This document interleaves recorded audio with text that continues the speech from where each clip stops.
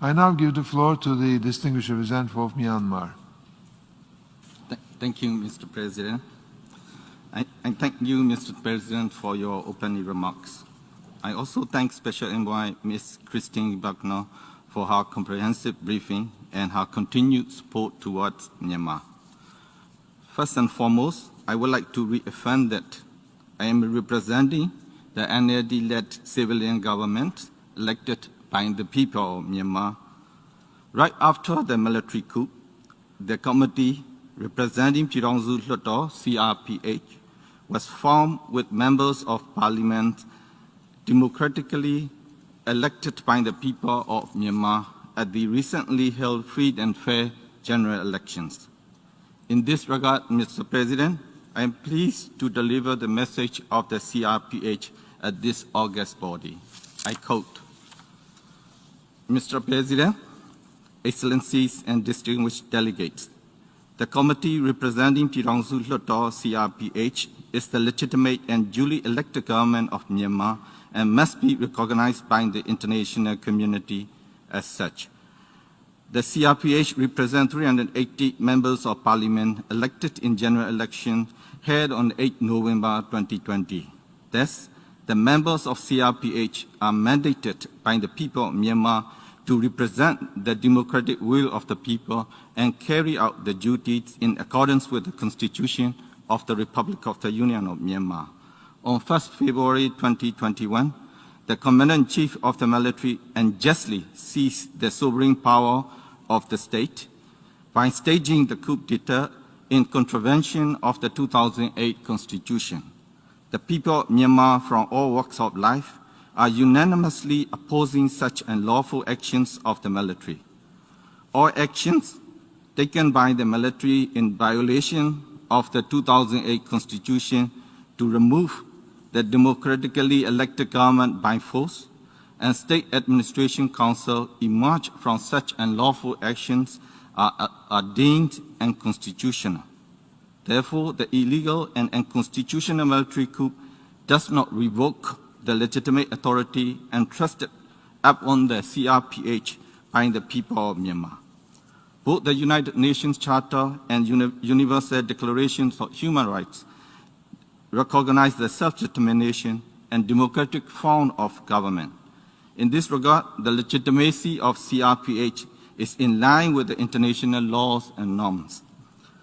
Over the decades, the military ruthlessly deployed brutal techniques to oppress the people from all walks of life in Myanmar.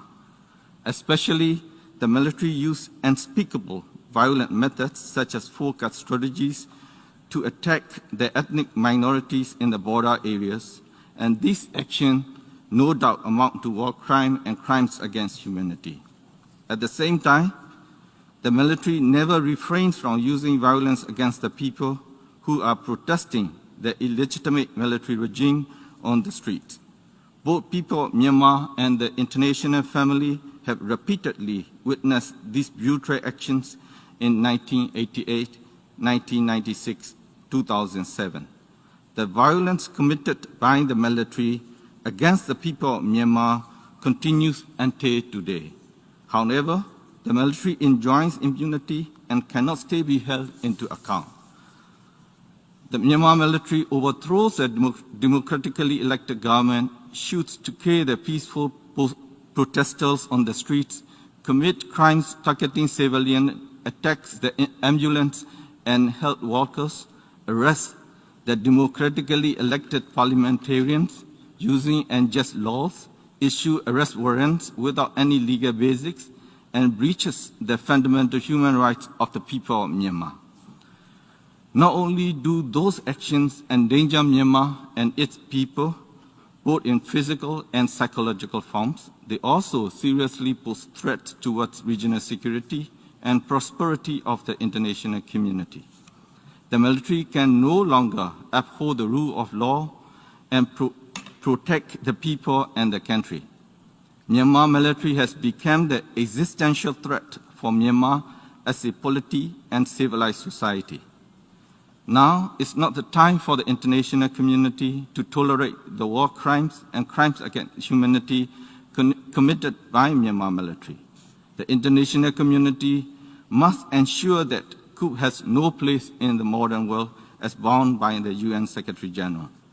In that regard, we, the committee representing Chirongsu Hluttaw, CRPH, duly urge the United Nations Security Council, and international community that aspire to build peaceful and civilized global society to use any means necessary to take action against the Myanmar military and to provide safety and security for the people of Myanmar. End quote. Mr. President, as the democracy in Myanmar is at the nascent stage, the free and fair general elections successfully held on 8 November 2020 in Myanmar is indeed a significant milestone in our history. It was set by the people. The people of Myanmar has shown their eagerness and attachment to democracy through their ballots at the elections. They had also demonstrated their desire to build a nation where all the democratic values can be flourish, a place where each and every peace-loving individual can play a role in that nation building. The landslide victory of the National League for Democracy at the general elections clearly manifests that the people of Myanmar are solidly united behind State Councillor Daw Aung San Suu Kyi to overcome any obstacle in our journey to a peaceful and prosperous society where democratic values will become a norm. Mr. President, completely ignoring the people's desire, the Tatmadaw staged a coup on 1st February 2021. That was the day that the new parliament, supposed to convene its first meeting. The military detained State Councillor Daw Aung San Suu Kyi, President U Win Myint, and other political leaders and civil activists. Since then, people from all strata of life have come out on the streets all over the country and expressed their disappointment with the military coup, as well as demanded the immediate release of all detainees and return of the state power to the people through the elected government. The people of Myanmar are resolute for achieving the demands. I agree with the Secretary General that the military is not acceptable. The military coup is not acceptable in this modern world, and the coup must fail. The people of Myanmar are resilient, perseverant, and united in fighting for the end of military coup. Immediate release of all unlawful detainees, return of the state power to the people, and restoration of democracy in Myanmar. It is attested to by the ongoing persistent protests throughout the nation since the military coup. It is crystal clear that we all do not want to go back to the system we used to be in before. Here, I wish to recall the words of Daw Aung San Suu Kyi said in her inspiring book, Freedom from Fear. I quote, "Within a system which denies the existence of basic human rights, fear tends to be the order of the day." End quote. Mr. President, at this important juncture, the continued and strong support from the international community is imperative for the people of Myanmar in our fight against the military regime. Taking this opportunity, I would like to thank all countries who have expressed their support towards the people of Myanmar. I also thank the Secretary General, Special Envoy, and the Special Reporter on Myanmar for their support. But the people of Myanmar still feel helpless. Mr. President, Excellencies, in addition to the existing support, we need further strongest possible action from the international community to immediately end the military coup, to stop oppressing the innocent people, to return the state power to the people, and to restore the democracy. As such, I would like to appeal all member states and the United Nations as follows. 1.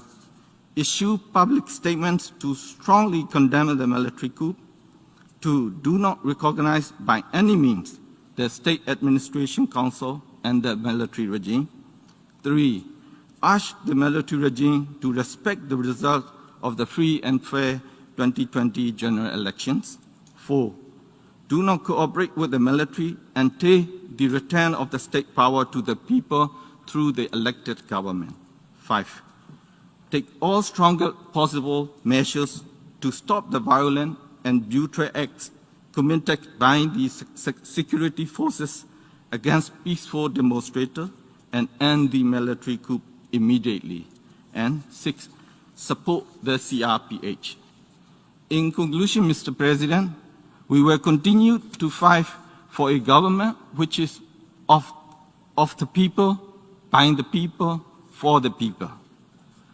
The people and the NLD-led government will double our efforts to make the country a democratic federal union. I wish to request the international community to extend their continued support in this regard. Mr. President, I believe that our fellow Myanmar people inside and outside the country are following this meeting via webcast with high interest. Please allow me to speak few words in Myanmar. Minglawa, Niko Baunama Myane, Dujin Nino Dajimia Kamia, Mimiro Soyan Nere, Sida Anna Demu, Chachin Sontaye, Mimiro Gonzan, Don San Suchi, Tamraji Uwimine, Cha, Matiatin Kayataya Dumia, Chachin Lopeye, Nangano Anna, Pidu Hampiale Yashi, Democracy, Piale Yashi, Democratic Federal Piransu di Tangye, di Yerobonji Almiego, Miro Alwa Didima, Pidu Bidamia, Alo, Sisi Lolo, Nini Nyon, a Tudua, that way song in Nirago, to Jesu den Shibare, Sele, Song Dajabo Gole, Mita Yakan, Taitun Abarakamia, di Yerobo, Mocha Almiami Chepare, Pidu da Digava, Yerobo, Aoyami. And thank you, Mr. President.